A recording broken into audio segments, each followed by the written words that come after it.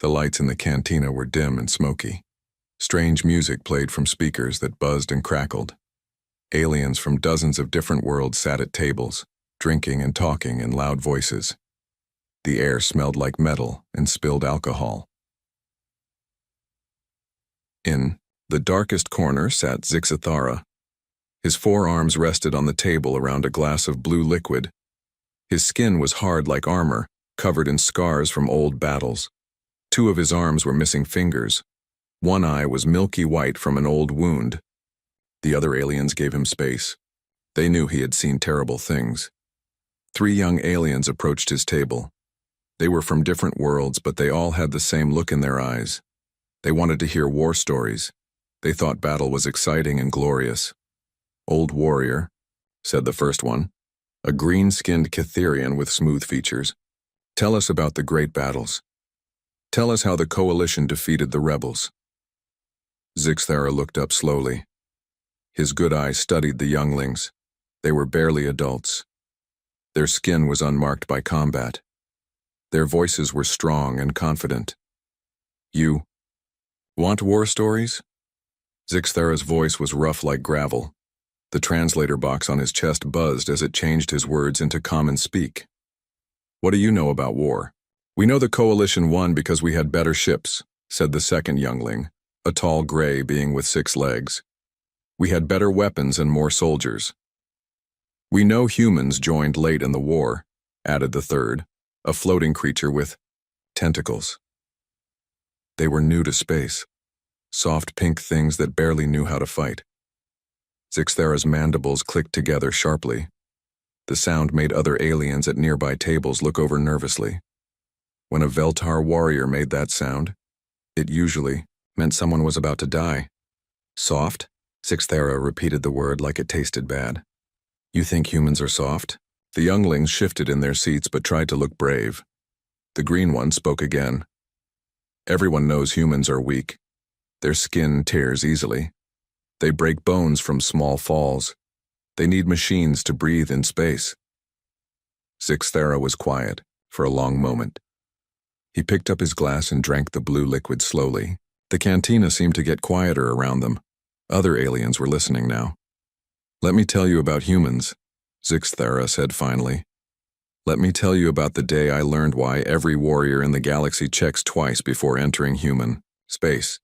Let me tell you about Jake Morrison." The younglings leaned forward eagerly. This was what they had come for. "It was during the siege of Kepler 442b, Zixathara began. The planet was important because it had rare metals we needed for our ships. The humans had a small mining colony there, maybe 500 people total. We thought it would be easy." He paused to drink again. His scarred hands shook slightly as he held the glass. "I was a commander then. I led 3,000 of our finest warriors. We had the best weapons, the best armor, the best training. The humans had 30 soldiers. 30. That sounds easy," said the gray youngling. Zixathara's good eye fixed on him. "That's what I thought too." He continued his story. "We landed on the planet expecting a quick victory. The human colony was built into a mountain. There was only one way in, through a narrow valley with high walls on both sides. Perfect for defense, but what could 30 humans do against 3,000 of us?" The floating youngling made a dismissive sound with its tentacles. "Nothing. They should have surrendered." "They should have," Zixathara agreed. "Any sensible species would have. But Jake Morrison was their leader. He was a captain in something called the Colonial Marines. When we sent a message demanding surrender, he sent back 2 words.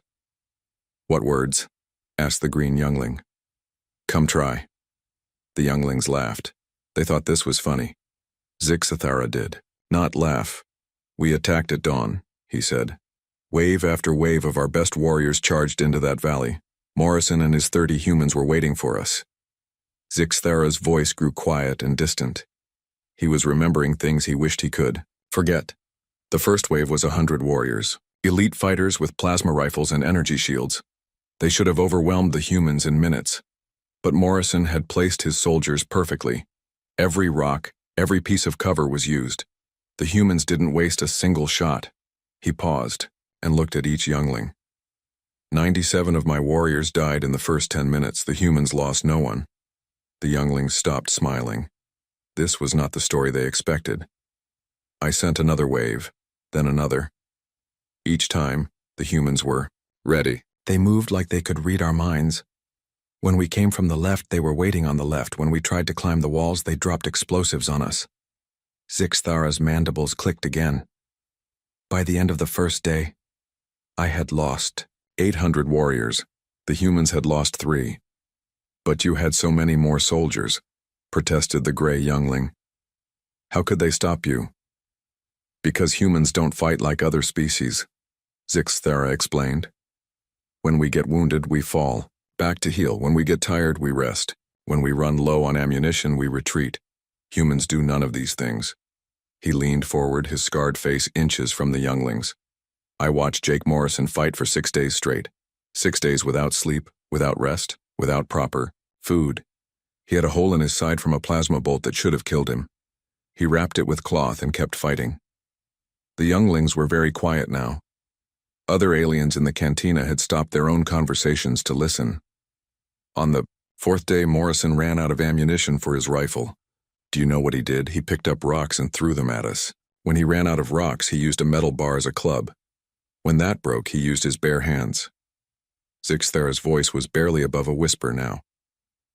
I saw him kill a fully armored Veltar warrior with nothing but a piece of broken metal and the will to never give up. The floating youngling's tentacles curled nervously. But surely after 6 days you must have won. Even humans must get tired. Zixthara smiled. But it was not a happy smile. On the 6th day I had 40 warriors left out of 3,000. Morrison had 15 humans left out of 30. Any other species would have called it even and made peace, but not humans. He finished his drink and set the glass down hard, on the table. Morrison sent me another message. He said his reinforcements were coming and I had 1 hour to leave the planet. 1 hour. Reinforcements? Asked the green youngling. How many ships? That's what I wondered too, Zixthara said. So I waited to see this great human fleet that would surely destroy my remaining forces. He paused for effect. 1 ship came, 1 small transport with 20 human soldiers. The younglings looked confused. 20 soldiers? But that's not nearly enough to... That's what I thought, Zixthara interrupted.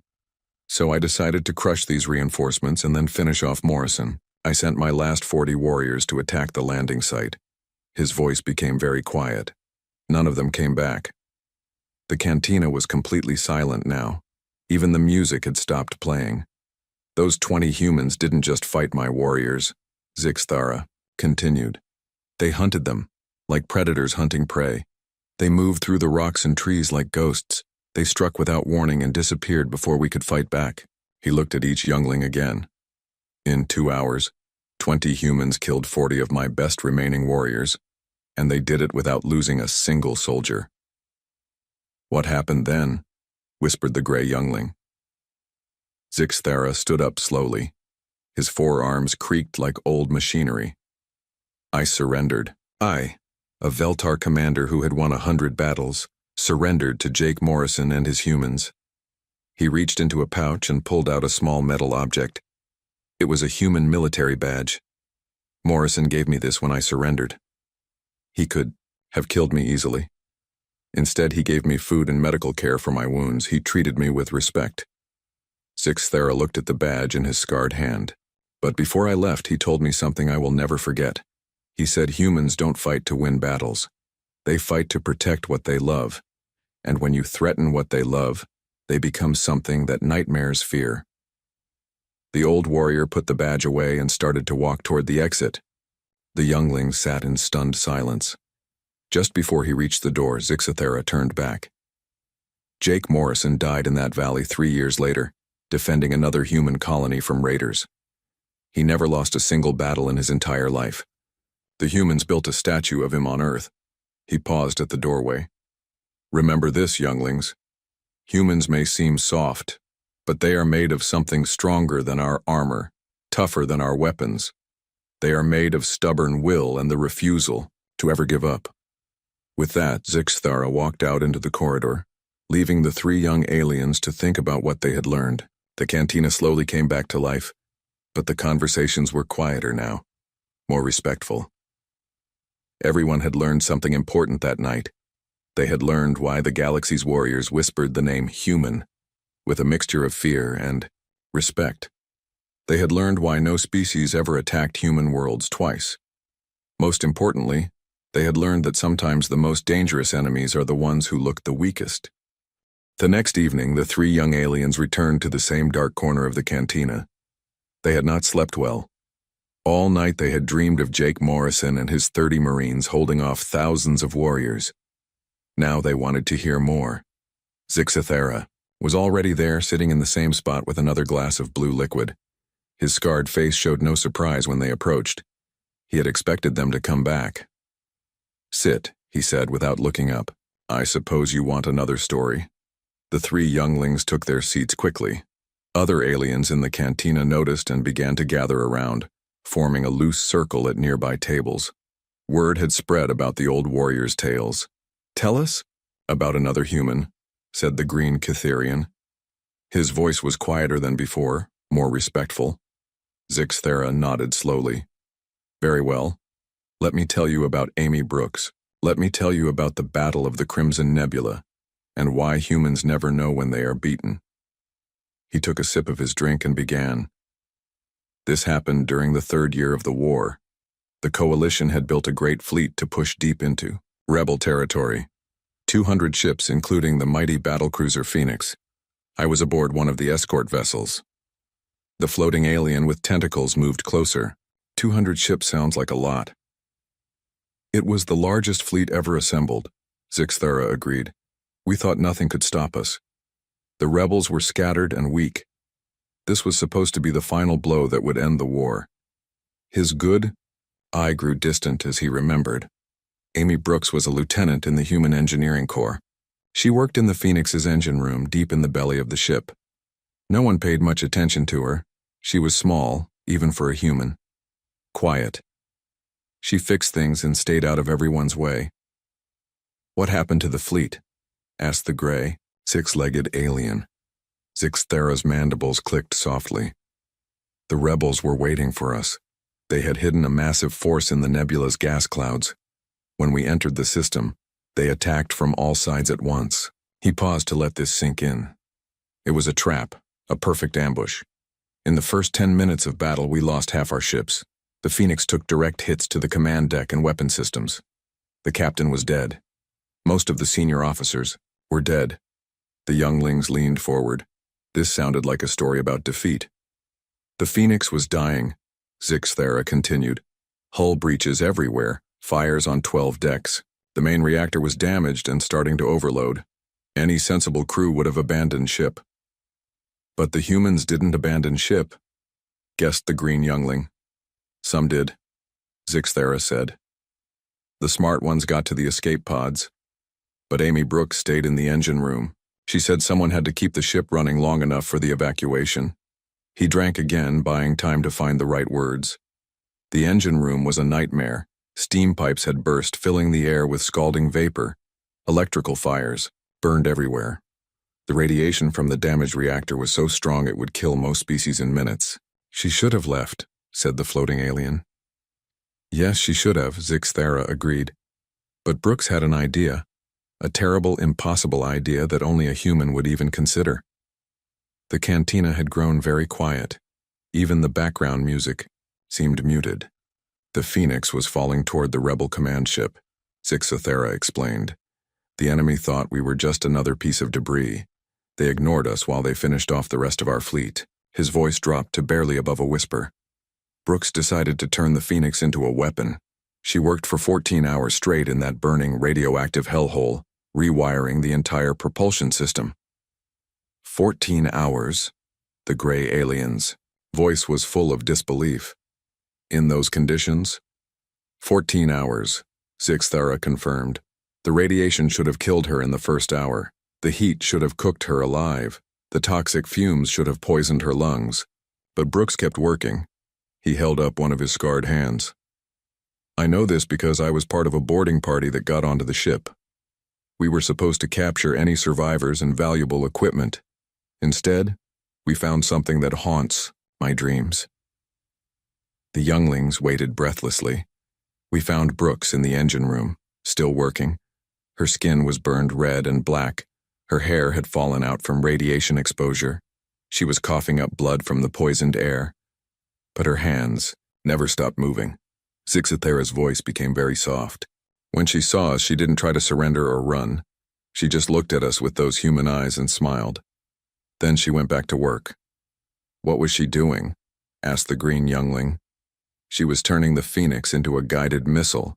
Zixathera said she had rerouted all remaining power to the engines.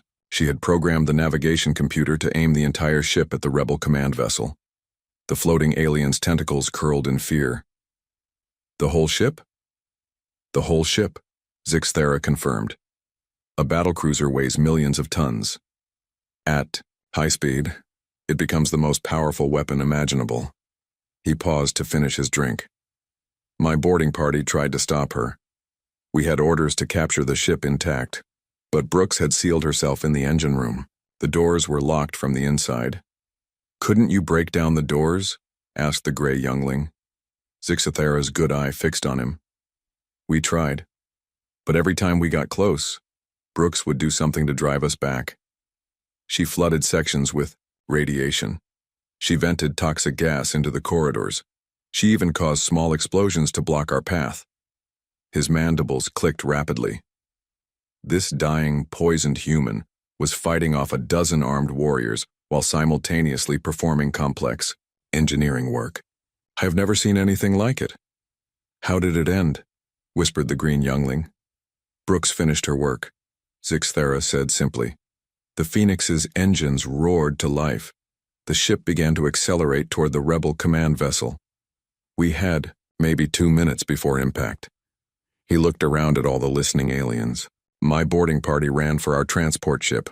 We barely made it off the Phoenix before the collision. And Brooks? Asked the floating alien, though they all knew the answer. Brooks stayed at her post, Zixathera said. She could have tried to escape. There were still a few working escape pods, but she stayed to make sure the ship hit its target. The cantina was completely silent now. Even the bartender had stopped working to listen. The Phoenix struck the rebel command ship dead. Center, Zixathera continued.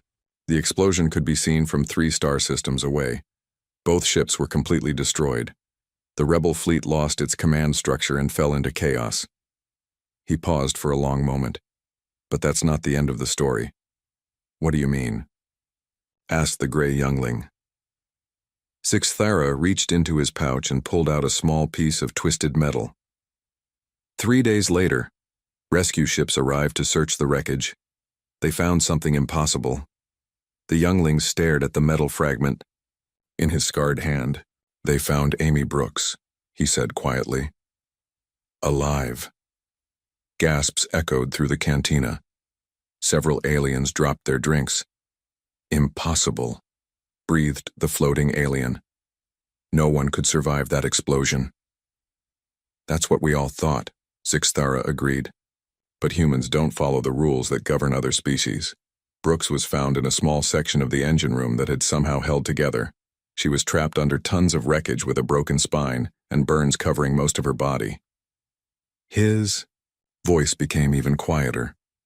The rescue team thought she was dead, but when they started cutting through the metal to reach her, she opened her eyes. She was still conscious after 3 days trapped in that hellish wreckage. What did she say? Asked the green youngling. She asked if the mission was successful. Zixathera replied. She had been trapped and dying for 3 days, and her first concern was whether she had completed her duty. He held up the metal fragment. This is a piece of the Phoenix's engine. Brooks gave it to me years later when we met during peace negotiations. She said I should remember that humans don't just fight battles. They win them by refusing to accept defeat. She lived? The gray alien sounded amazed. She lived, Zixathera confirmed. The medical team said her injuries should have been fatal. Her spine was broken in 3 places. She had massive internal bleeding. Third-degree burns over 60% of her body. But Brooks spent 2 years in rehabilitation and returned to active duty. He put the metal fragment away carefully. The last time I saw her, she was teaching engineering at the Human Naval Academy. She walked with a cane and spoke with a voice damaged by the toxic fumes she had breathed. But her eyes still had that same determination. Zixathara stood up slowly from his chair. Brooks told me something during those peace talks. She said humans have a saying: never give up, never surrender. She said it doesn't matter how impossible the situation looks. It doesn't matter how badly you're hurt or how hopeless things seem. You keep fighting until you win or until you can't fight anymore.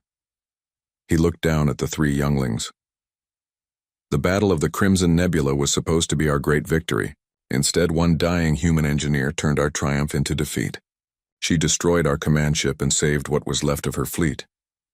How many humans were like her? Asked the floating alien nervously. Zixathara's scarred face showed something that might have been a smile. All of them, he said simply.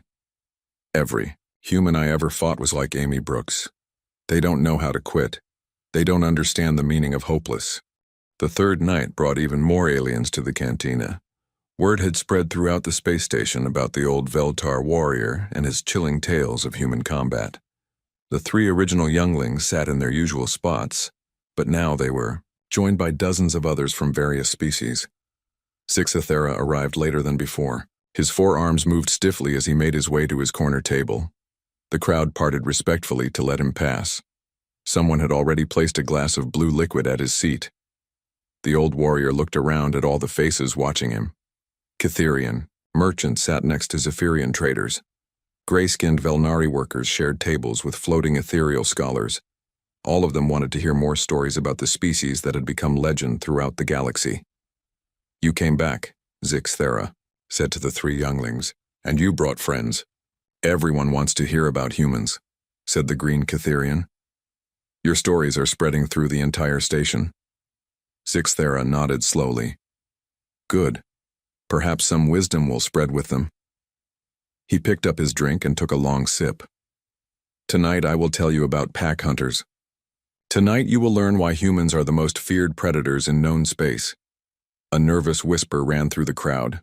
The floating alien with tentacles moved closer to the table. Predators. But humans eat plants mostly. They are not true carnivores like the Kethmaran. You think predator means eating meat? Zixathara's mandibles clicked in what might have been amusement. Child, the most dangerous predators are not those who hunt for food. They are those who hunt to protect their pack. He set down his glass and began his tale. This story takes place on Titan's moon base 7. It was a mining operation built deep underground in a maze of tunnels and caves. The humans used it to extract rare crystals from the moon's core. Several aliens in the crowd shifted uncomfortably. Everyone had heard of the massacre at Titan's moon base 7. I was not there for the main battle, Zixathara continued. I arrived 3 days later, with a cleanup crew. We were supposed to secure the base and capture any survivors. What we found instead was something that still gives me nightmares. The cantina grew very quiet. Even the background music had been turned off. The base was supposed to be defended by 200 human marines, Zixathara said. But when the attack came, most of them were away on patrol. Only 6 humans were left behind. 6. 6 humans against how many attackers? Asked a gray Velnari from the crowd. 200 Kethmoran shock troops, Zixathara replied. The best warriors their species had to offer. They came through the tunnels like a flood of death, expecting to overrun the base in minutes. He paused to let this information sink in. The mathematical impossibility of 6 against 200 was clear to everyone. The leader of these 6 humans was Staff Sergeant Danny Park, Zixathara continued. A small man, even by human standards. Quiet voice, gentle hands. If you saw him on the street, you would think he was a shopkeeper or a teacher. What happened when the attack began? Asked one of the ethereal scholars. Zixathara's good eye grew distant. That's where the story becomes strange. You see, most species fight as individuals. Even when we work together, each warrior looks out for himself first. But humans.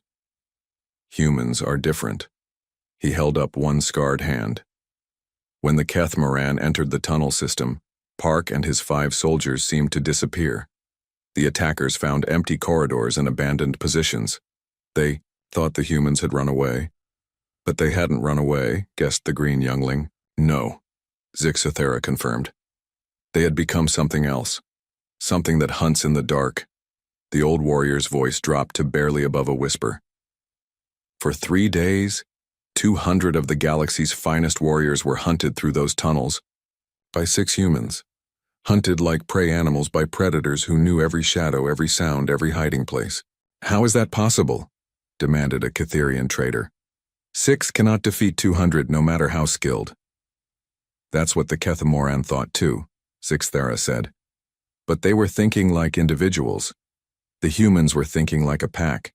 He leaned forward, his scarred face catching the dim light. Park and his soldiers moved through those tunnels like they shared one mind.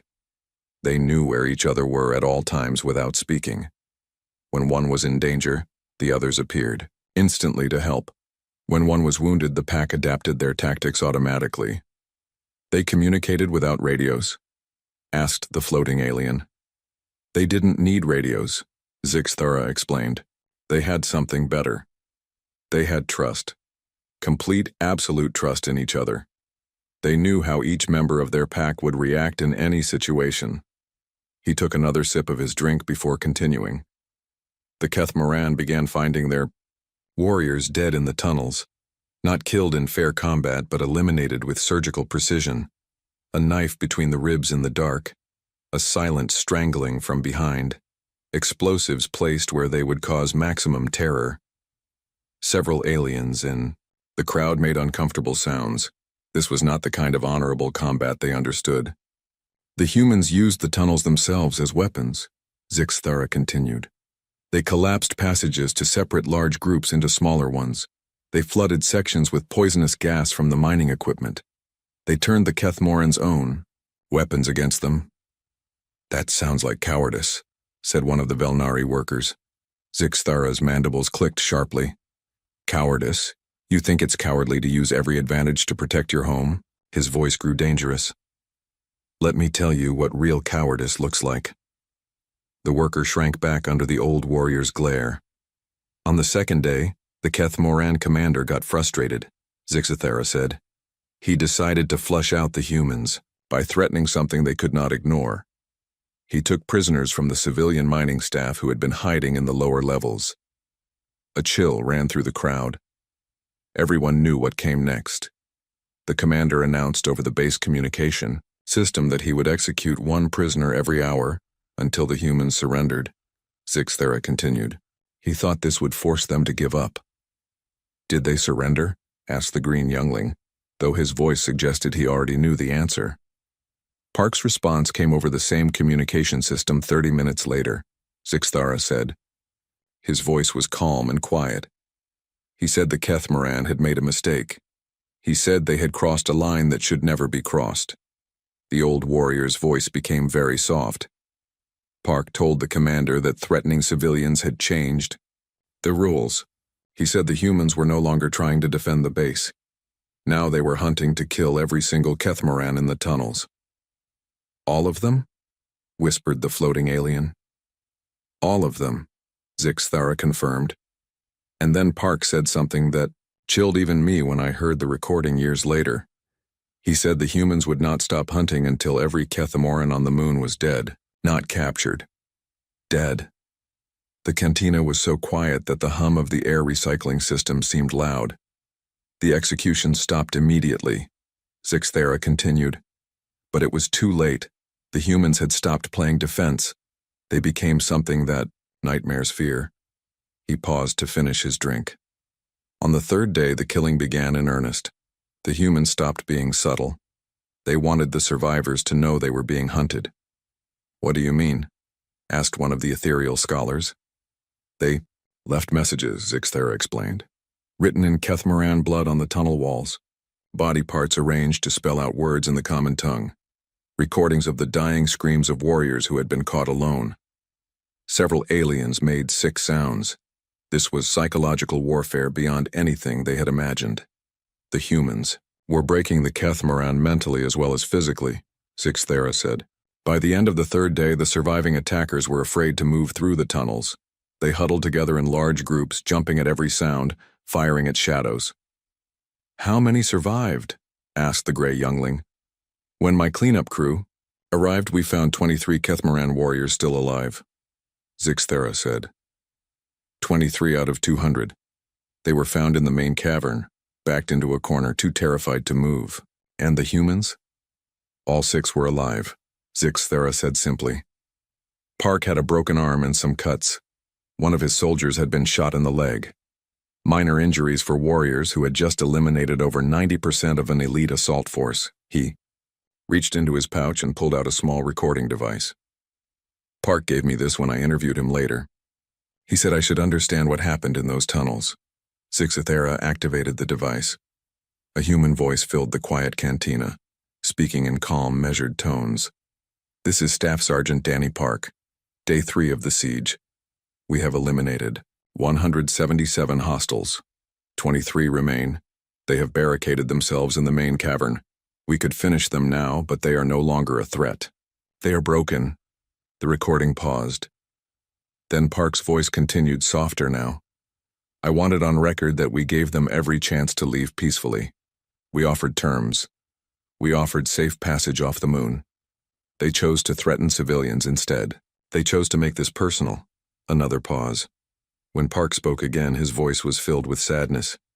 "People will call us monsters after this. They will say we went too far. Maybe they're right. But when someone threatens the innocent people, under your protection you do whatever it takes to stop them. That's what it means to be human." The fourth night found the cantina packed beyond capacity. Aliens from every corner of the space station had come to hear Zixthera's stories. Some stood against the walls. Others floated near the ceiling. The 3 original younglings could barely keep their seats as the crowd pressed closer. Zixthera looked older tonight. His scarred hands shook more than usual as he picked up his glass of blue liquid. His good eye seemed distant, as if he was seeing things from long ago. The crowd sensed something different about him. Tonight's story would be darker than the others. "You want another tale about human warriors," he said quietly. "But tonight I must tell you about something else. Tonight you will learn what happens when humans are pushed beyond their limits." The crowd grew restless. They had come for stories of heroic battles and clever tactics. This sounded different. "This story is not about soldiers," Zixthera continued. "It is about a healer. A human who took an oath to save lives, not take them. But sometimes the galaxy forces good people to become something terrible." He took a long drink before continuing. Her name was Lisa Chen. She was a corporal in the Human Medical Corps. Small woman with gentle hands and a soft voice. She ran a field hospital on the border world of Kepler 438c. Several aliens in the crowd nodded. They had heard of Kepler 438c. It was where the Zephyrian death squads had committed their worst atrocities. Chen's hospital was marked with the medical symbol, Zixthera said. Red cross on a white background. According to galactic law, medical facilities are neutral ground. They cannot be attacked by any side in a conflict. The Zephyrians ignored galactic law, said one of the floating ethereal scholars. Everyone knows what they did there. Zixthera's mandibles clicked slowly. Yes, they ignored the law, and in doing so, they created something that still haunts their species to this day. The old warrior's voice became very quiet. Chen's hospital was caring for wounded soldiers from both sides of the conflict. Human Marines lay in beds next to injured Veltar fighters. Ketherian pilots received treatment alongside Zephyrian pilots. Chen made no distinction between friend and enemy when it came to saving lives. That sounds noble, said the green youngling. It was noble, Zixthera agreed. Chen believed that medicine was above politics and war. She thought her hospital was safe because everyone respected the medical symbol. He paused and looked around at all the watching faces. She was wrong. The cantina became very still. Even the air recycling system seemed to quiet down. The Zephyrian 7th Death Squad attacked the hospital on a Tuesday morning. Zixathera continued. 37 elite warriors against a medical facility with no defenses. They came in fast and hard, shooting everything that moved. Why would they attack a hospital? Asked a Catherian trader. What military value could it have? None, Zixathera said simply. They attacked it because they wanted to break human morale. They thought killing wounded soldiers and medical staff would make humans afraid to fight. His good eye fixed on the trader. They had never studied human psychology. They did not understand what they were about to unleash. The crowd pressed closer, sensing that the real story was about to begin. Chen was in the children's ward when the attack started, Zixathera said.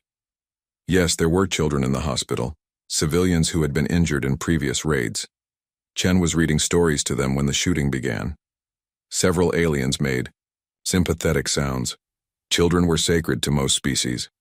The death squad moved through the hospital systematically. Zixathera continued. They shot every patient in their beds, wounded soldiers who could not fight back, injured civilians who posed no threat. They killed the medical staff who tried to protect their patients. The floating aliens' tentacles curled in distress. That is against every law of war. The Zephyrians did not care about laws, Zixathera said. They wanted to send a message. They wanted humans to know that nowhere was safe, not even hospitals. He took another drink, his hands shaking slightly. Chen heard the shooting getting closer. She gathered the children and tried to hide them in a supply closet, but the death squad found them. The cantina was so quiet that individual heartbeats could be heard from some of the alien species. The squad leader was named Vexkar, Zixathara said. I knew him personally. He was considered a professional soldier, not a mindless killer. But that day, he made a decision that doomed his entire species' relationship with humanity. What did he do? Whispered the gray youngling. He shot the children while Chen watched, Zixathara said simply. All 12 of them. He made her watch as he killed every child under her care. Gasps echoed through the cantina. Several aliens stood up as if to leave, too disturbed to continue listening. Sit down, Zixathera commanded, his voice suddenly sharp. You wanted to hear about humans in combat. This is part of that story. The aliens slowly sat back down, but many looked sick. Chen did not scream when the children died, Zixathara continued. She did not cry or beg for mercy. She just watched with those human eyes that seemed to see everything. Vexkar thought she was in shock. He paused for a long moment. He was wrong. Chen was not in shock. She was changing. Something inside her was breaking and reforming into something else. What do you mean? Asked one of the ethereal scholars. Humans have different reactions to extreme trauma, Zixathera explained. Some break completely. Some shut down. But some become something that nightmares fear. The old warrior's voice dropped to barely above a whisper. Vexkar left Chen alive. He thought watching her patients die was punishment enough. He thought she would spread fear among other humans. But she didn't spread fear, guessed the green youngling. No, Zixathera confirmed. She spread something much worse. She spread vengeance. He reached into his pouch and pulled out a small data pad. This contains security footage from the hospital. What I am about to show you is why Zephyrian death. Squads refused to operate in human space anymore. The old warrior activated the pad and turned it so the crowd could see. The screen showed a corridor in the ruined hospital. Bodies lay scattered everywhere. Then a figure appeared on screen. It was Lisa Chen, but she was transformed. Her medical uniform was torn and bloody. Her face was blank of all emotion. In her hands she carried a surgical laser and a bag of medical instruments. This was taken 6 hours after the attack, Zixathera said. Chen had been hunting the death squad through the hospital ruins. On the screen, Chen moved through the corridors like a ghost. She knew exactly where to find her targets. When she encountered a wounded Zephyrian, she did not kill him quickly. She used her medical knowledge against them, Zixathera explained, as the crowd watched in horrified fascination. She knew exactly how to cause maximum pain while keeping them alive. She knew which nerves to cut, which organs to damage without causing immediate death. That's torture, said the floating alien, its tentacles writhing in distress. Yes, Zixthara agreed. But it was scientific torture, precise torture. Chen had turned her healing knowledge into a weapon of revenge. The recording showed Chen working on her victims with the same careful attention she had once given to saving lives. But now she was using those skills to cause suffering instead of relieving it. She hunted all 37 members of the Death Squad, Zixthara said. It took her 3 days. She tracked them through the ruins of the colony like a predator following wounded prey. Did she kill them all? Asked the gray youngling. 36 of them, Zixthara confirmed. She saved Vexkar for last. The recording changed to show the final confrontation. Vexkar was cornered in the hospital's basement, wounded and terrified. Chen approached him slowly, her medical bag in one hand and the surgical laser in the other. She did not speak to him, Zixthara said. She just looked at him the way he had looked at the children. Then she began her work. How long did it take? Whispered one of the ethereal scholars. 14 hours, Zixthara replied. Chen kept Vexkar alive for 14 hours. She used stimulants to keep him conscious. She used her medical skills to prevent him from dying from shock or blood loss. The crowd watched in silent horror as the recording showed Chen working with methodical precision. She was no longer human in any recognizable sense. She had become something else entirely. When she was finished, she sent Vexkar back to the Zephyrian fleet, Zixthara said. Alive, but broken. She had carved a message into his carapace in their own language. What did it say? Asked the green youngling. Zixthara's good eye met his. Touch our wounded again, and we will show you what real monsters look like. The recording ended. The cantina remained silent for several minutes as aliens processed what they had seen. The Zephyrian High Command received Vexkar's testimony. Zixthara continued. They reviewed the security footage. They analyzed Chen's methods. Then they issued a standing order that no Zephyrian military unit was ever to attack human medical facilities. Because they were afraid of Chen? Asked the floating alien. Because they were afraid that there might be more like Chen, Zixthara corrected. They realized that humans do not just fight to win. When you cross certain lines, when you violate certain principles, humans become something that defies all understanding. The fifth night brought a different atmosphere to the cantina. The crowd was larger than ever, but quieter. Word of the previous evening's dark tale had spread throughout the station. Many aliens had come not for entertainment, but for understanding. They needed to know how dangerous humans truly were. Zixthara entered later than usual. His forearms moved with visible pain, and his scarred face looked older in the dim light. The crowd parted silently as he made his way to his corner table. Tonight there was no glass waiting for him.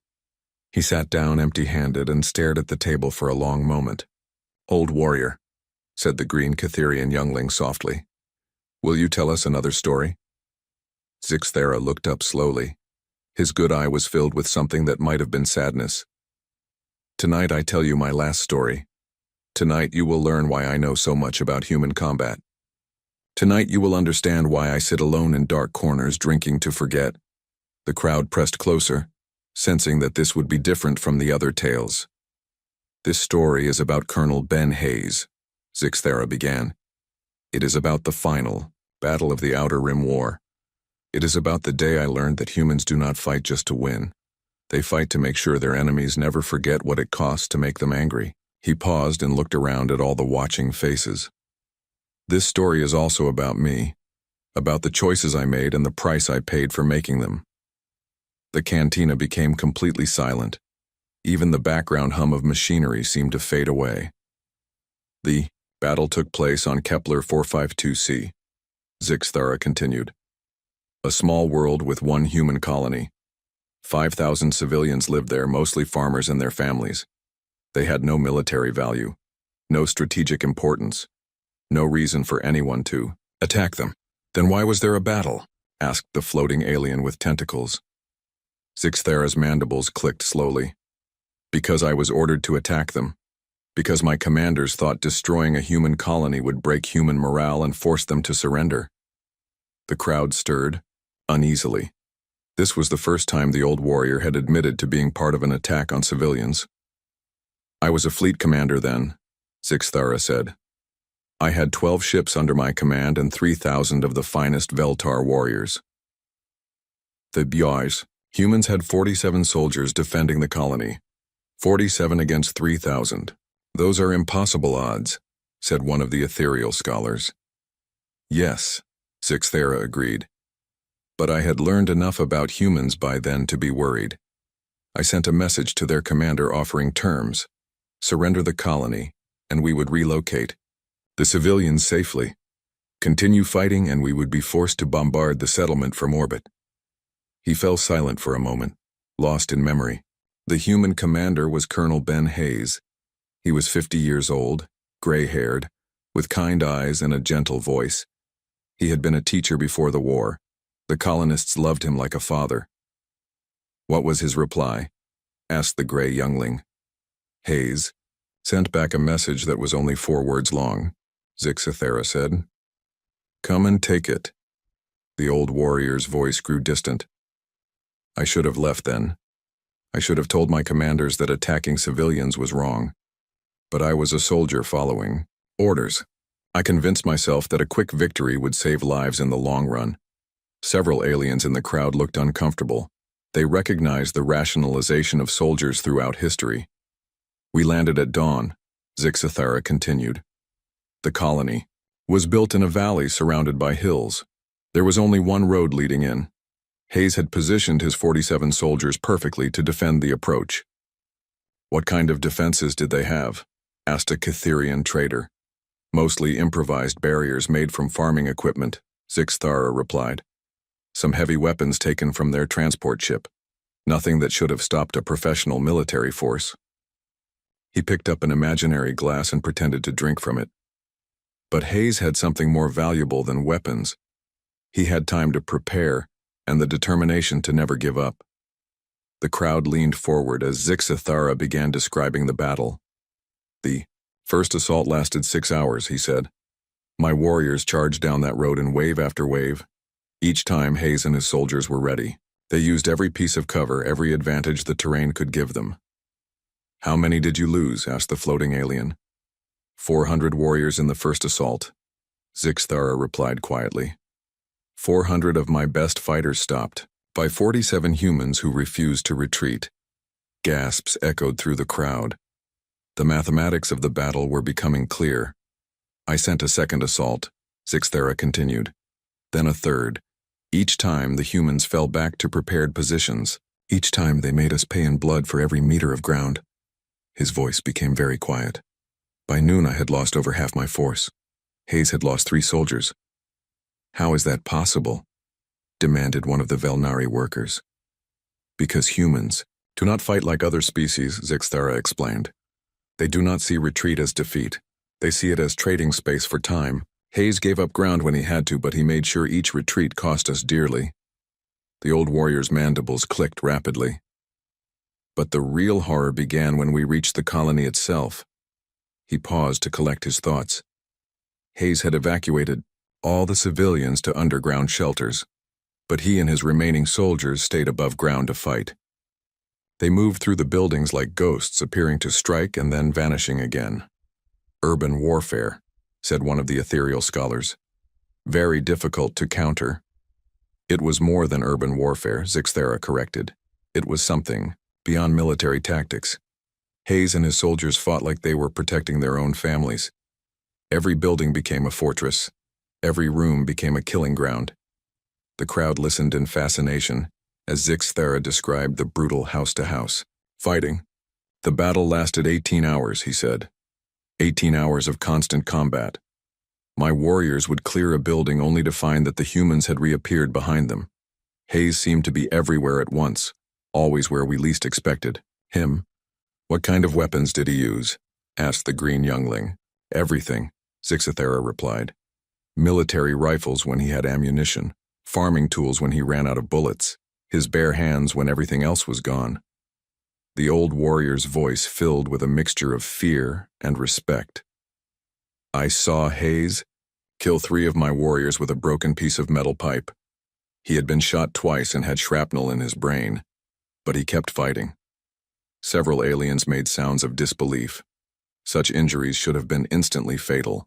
By the 16th hour, I had fewer than 200 warriors left, Zixthera continued. Hayes had maybe a dozen soldiers still fighting, but those 12 humans were holding off 200 trained fighters. How? Whispered the floating alien.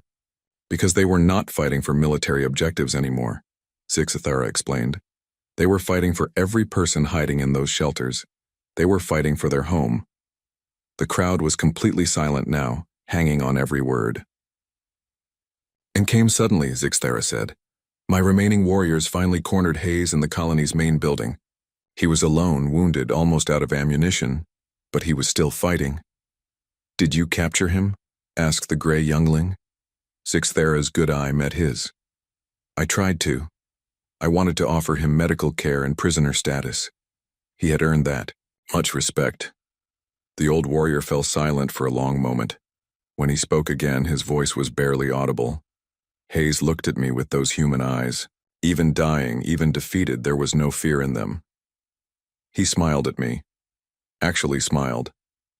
Then he said something I will never forget. What did he say? The crowd asked almost in unison. He said, "Thank you for showing me who you really are," Zixthera replied. Then he pulled the pin on a grenade. The crowd gasped. Several aliens stepped back instinctively.